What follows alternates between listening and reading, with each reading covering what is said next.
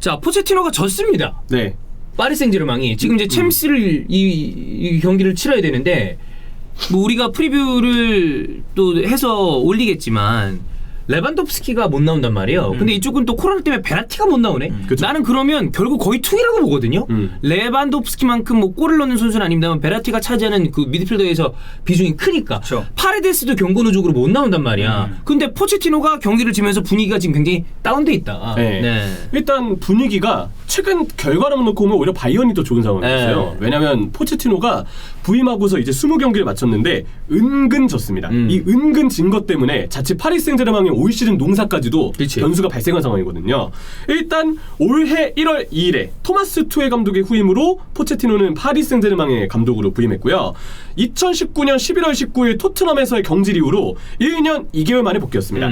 일단 포치가 감독직에 돌아왔다라고 했을 때 뭐 그 휴식기 동안 막 갑자기 장발이 돼서 돌아오셨고 감독이 됐을 땐 다시 머리를 정리하고 예전의 모습 그대로 돌아왔죠. 근데 포체티노의 스타일이나 지도력만큼은 예전과 조금 달라진 어쩌면 더 발전된 부분이 있지 않겠느냐 이렇게 기대를 했던 축구 팬분들이 많았습니다. 좀 쉬고 돌아오면 다시 이제 더 좋아졌겠지라는 생각을 많이 하죠. 그렇죠. 일단 부임하고 3경기 만에 트로페 델 샹피용 이 프랑스 슈퍼컵 결승에서 마르세유를 꺾고 우승을 차지했는데요. 포체티노 감독 커리어의 첫 우승이었죠. 아, 그렇지. 트로피가 없었잖아. 그래서 파리에선 역시 다르구나. 이대로 승승장구를 하겠거니 싶었는데 20경기를 마쳤습니다. 14승 2무 4패. 파리치곤 좋은 성적이라 말할 수가 없죠. 4패 너무 크죠? 이 4패가 로리앙, 모나코, 낭트, 릴인데요. 네. 로리앙은 현재 리그왕 17위 팀이고요. 낭트는 강등권 19위 팀이에요. 안 되죠, 이러면. 네, 뭐 모나코는 지금 코바치가 정말 잘하고 있고 릴 역시도 가이테 감독이 지금 리그 우승에 거의 근접해져 가고 있기 때문에 뭐 모나코와 릴은 그럴 수 있다 치는데 로리앙 낭트한테 발목 잡힌 건 파리 팬분들도 용납을 할 수가 없습니다. 이거 리그 우승 못하는 거 아니야? 네, 못할 수도 있어. 파리는 리그 우승 못하면 그냥 안 되는 거야. 그렇죠. 일단 지금 당장 리그 우승 장담이 어려워졌어요. 그래. 2021년 올해 리그왕 감독 성적들을 보면 우리 중대장 코바치가 승점 35점으로 1위입니다. 일단 모나코가 잘 나가고 있어요. 그러니까 이 사람은 그 전에 여러 가지 커리어를 봤을 때 바이언이라는 그 팀이 너무 거대 클럽이잖아. 네. 그거랑 안 맞는 게 좀 아니었나. 그런 감독들이 있어요. 이거는 조금 약간 좀 규모가 작은 클럽으로 오면 확연하게 또 괜찮아지는 경우가 있으니까. 나는 에메리도 그런 나도 그 거라고 봐. 네. 그래서 코바치가 1위고 2위가 앞서 얘기드린 가이테 감독의 딜 3위가 포체티노인데 28점으로 이 감독들에 비해서는 그렇게 좋은 성적은 아니에요. 뭐 이후에 이제 리옹의 가르시아 감독이 있고요. 루디 가르시아. 파리 생제르맹의 현 성적은 닐의 3점 뒤진 리그 2위고 리그왕은 어느덧 7경기만 남아있습니다.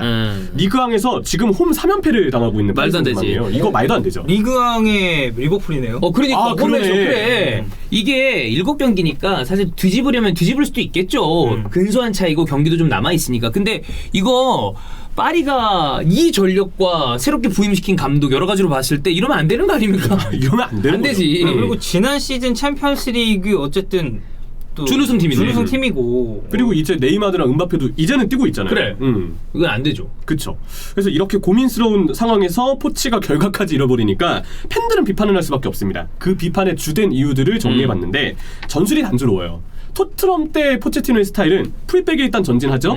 이선들은 좁게 서서 이 이선들과 최전방 공격수가 박스로 딱 밀집해버리는 이러한 형태로 공격을 전개했는데 문제는 이 패턴은 우리가 흔히 얘기하는 U자형 빌드업 형태와 제법 흡사해질 수밖에 없습니다. 포체티노 감독이 빌드업을 할 때 중원을 거치기보다는 패스의 방향이 너무 좌우 측면에만 의존이 되어 있고 그래서 포치가 맡게 되는 팀은 풀백의 폼이 중요하지. 토트넘이 그래서 내리막으로 접어들게 된 시점이 풀백의 폼이 떨어질 때와 일치하는 부분이 많아요. 문제는 지금 파리 생제르맹에서도 공격 자체가 너무 측면에만 의존이 되다 보니까 네이마르랑 음바페를 보유한 팀인데 이 팀이 그냥 좌우 측면에서 크로스만 올리다가 끝나고 있습니다. 이거는 도저히 자원 낭비야. 자원 낭비예요. 그렇죠. 이 선수들로 이런 축구를 하면 안 되는 거죠. 근데 이건 뭐 지금 돌아보아서 생각하면 뭐 챔스 결승 가고 이랬던 감독한테 전술적으로 떨어진다 나 이렇게 얘기하는 게 어떻게 보면 좀 우스울 수도 있는 얘기입니다만 그렇죠. 포체티노가 토트넘에 있을 때 엄청난 전술가였나? 라고 생각한다면 나는 그러니까 우리가 흔히 얘기하는 뭐 펩, 투헬 이런 진짜 전술가 중에 전술가로 분류되는 스타일보다는 좀 젊은 어떤 선수들이나 이 본인의 어떤 그걸로 리빌딩을 잘해서 팀을 쭉 끌어올리는 거를 잘했던 감독은 아닌가라는 생각도 들긴 해요. 왜냐면 그 전에 맡았던 팀들이 에스파뇰, 소튼, 토트넘이 파리보다는 훨씬 더 젊고 좀 유명세는 떨어지는 선수들 위주로 구성이 돼 있는 팀이란 말이야. 그걸 가지고 끌어올리죠. 근데 파리는 바라보는 시선이 다른 팀이거든요. 위에서 봐야 되는 팀인데 그런 부분에서 지금 초반에 좀 고생을 하고 있는 게 아닌가라는 생각도 좀 들고. 그렇죠. 그래서 그 1819 시즌이 챔스 준우승한 시즌이잖아요. 그때도 후반기에 은근 리그에서 너무 흔들렸습니다. 막 원정 가서 뒤집히고 막 약팀들한테 발목 잡히고 이런 일이 비일비재했는데 결국 지금 파리에서도 중앙에서 패턴이 너무 없으니까 후방에 영리한 선수가 본인이 직접 볼을 끌고 올라가게 되거든요. 이 역할은 주로 마르키뉴스가 수행을 하게 되고, 근데 이 마르키뉴스에게 의존하게 되는 개인 빌드업도 상대가 그냥 집요하게 압박을 해버리면 결국 마르키뉴스도 볼을 뺏길 수밖에 없거든요. 올라오다가 수비수가 미드필드나 수비수가 볼을 뺏기면 당연히 그 비어있는 뒷공간이 열릴 수밖에 없는데, 최근에 파리는 그렇게 역습을 내어주는 빈도도 점점 늘고 있습니다. 그래서 최근에 포체티노 감독의 어떤 전술 스타일을 정리해보면 리옹과 바르셀로나처럼 본인들한테 맞보여놓는 팀들에게는 잘하고 포체티노의 대응도 괜찮아요. 근데 이 토트넘 말미때처럼 밀집 수비 세우는 팀들한테 유독 약하고 결국 이게 경기력에 대한 불만으로 이어지고 있는 상황이 되고 있습니다. 근데 파리 생제르맹은 몇몇 개 경기를 제외하면 모든 사실 경기를 내려앉아 있는 팀을 상대해야 되는 팀이잖아. 그렇죠. 리그를 봐도 그렇고 이제는 사실 유럽을 봐도 그렇지. 파리 상대로 누가 맞불을 놓으려고 해. 그런 팀들은 아마 상위 한 4-5개 팀 말고는 일단 막아야지. 아니 네이마르 음바페인데 누가 그걸 열고 들어가. 그런 부분이 있죠. 그래서 이 전술적인 비판 요소는 여기 이렇게 찾아볼 수가 있고, 두 번째는 결국 이 감독이 갖고 있는 타이틀인데 역대 파리 생제르맹 감독 연봉 1위입니다. 이게 당시 시세를 물론 고려해야 돼요. 근데 안첼로티 감독이 파리를 이끌었을 때와 투엘 감독이 이끌었을 때 이 두 감독의 연봉을 합친 금액이 190억이거든요. 지금 포치는 160억. 시세 차이를 고려한다 해도 이 금액이 큰 금액이라는 건 부정할 수가 없죠. 던질까 말까 그 피용 콘텐츠에서 저랑 주원이 형 스쿼드에 파리 선수들이 많습니다. 그러니까 이거는 약간 그거죠. 어차피 8강 정도 가면 홀짝을 할 수밖에 없습니다. 네. 어떤 한 팀은 떨어지고 그러니까. 근데 바이언이 수비가 불안하다. 나는 바이언이 올라갈 것 같지만 그래도 뭔가 좀 이 높은 수익률을 위해서는 이쪽에 도박을 한번 걸어보겠다라고 그랬는데, 그거는 레반도프스키도 부상 전이었지만 베라티도 코로나 전이었단 말이야. 그죠. 그럼 해볼 만하지 않을까 싶었는데 지금 분위기에 이거면 좀 위험해. 이 지금은 좀 위험해졌죠. 바이언이 오히려 이 정도면 할만하다. 그래. 나도 좀 전력을 투구할 만한 상황이고. 다시 그 존잘버기님이랑 맞박 그렇게 될 수도 있어요. 분장을 시키더라고 이제. 위험해. 보고 싶네요.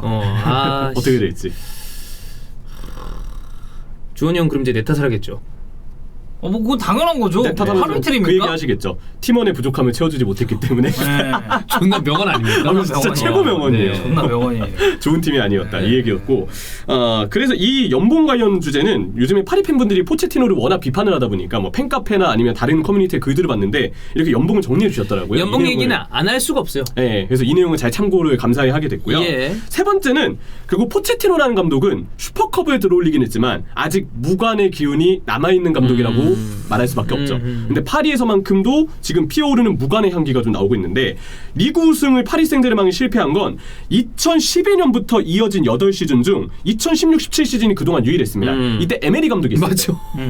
이때 그리고 모나코는 황금 제너레이션이잖아요. 맞아요. 완전히. 막 음바페 있고 있을 테니까 이때 모나코한테 뺏긴 걸 제외하면 2012년 이후에 8시즌 동안은 한 시즌 제외하고 모두 우승을 했거든요. 근데 지금 위기를 맞이했고 지금 쿠프 드 프랑스컵 대회는 8강 진출을 확정해놨거든요. 근데 리그와 챔피언스 리그 성적이 아쉬우면 이제 비판을 받을 수밖에 없어요. 이 컵으로는 안 되지. 리그 챔스란 말이야 무조건. 네. 리그 먹고 챔스 어디까지 가느냐가 중요한 팀인데 이제. 그렇죠. 게다가 챔스 8강 상대는 지난 시즌 결승 상대였던 바이에른 뮤니크. 나는 정배가 바이언이라고 봐요. 네, 저도 그렇게 봐요. 근데 가능성에 대해서 생각을 하는 거지. 그래도 파리라면 이런 생각을 하는 건데 이렇게 하면 안 돼. 네, 포체티노가 그래도 맞부여놓는 팀들한테는 좀 제법 잘했으니까 이거에 좀 기대해 볼 수는 있겠지만, 네, 예전에 맨시티 상대로도 솔직히 다들 맨시티의 우세를 점쳤지만 결국 결승에 간 거는 토트넘이었고 그 가능성은 있지만 이전에 보여주는 팀 분위기의 행보가 너무 안 좋으니까 여기에 대한 염려는 있습니다. 이게 뭐 물론 컵대회 하나 우승을 했으니까 이런 말을 하는 건 좀 우습긴 한데, 이게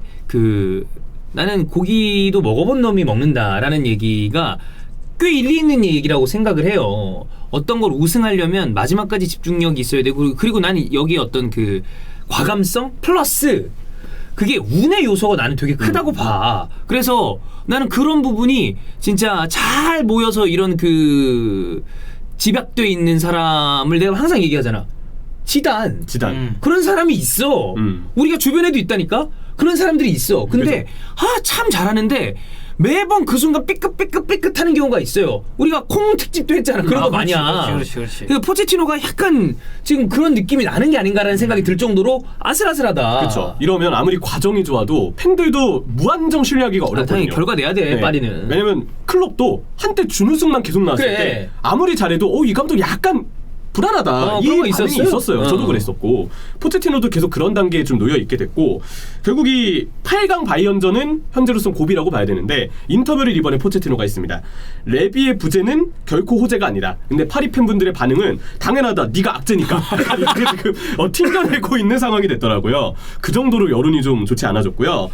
포체티노의 지금 전술이 앞서 말씀드린 대로 중앙 쪽에서의 팀 빌드업이 안 짜여져 있기 때문에 베라티 한 명에 대한 의존도가 큽니다. 근데 그 베라티가 코로나 확진.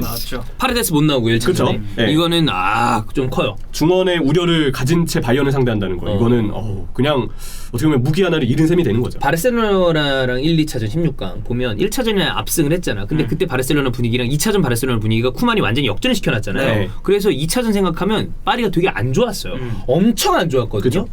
물론 1차전을 크게 이기고 왔기 때문에 무리하지 말자라는 게 당연히 있었겠지만 그걸 감안한다 하더라도 2차전 보고서는 야 이건 생각보다 파리가 좀 너무 안 좋은데? 라는 생각을 했었는데 뭐 일단 봐야죠. 이번 주에 경기 우리가 지금 볼 수 있으니까 한번 육안으로 체크를 해보겠습니다.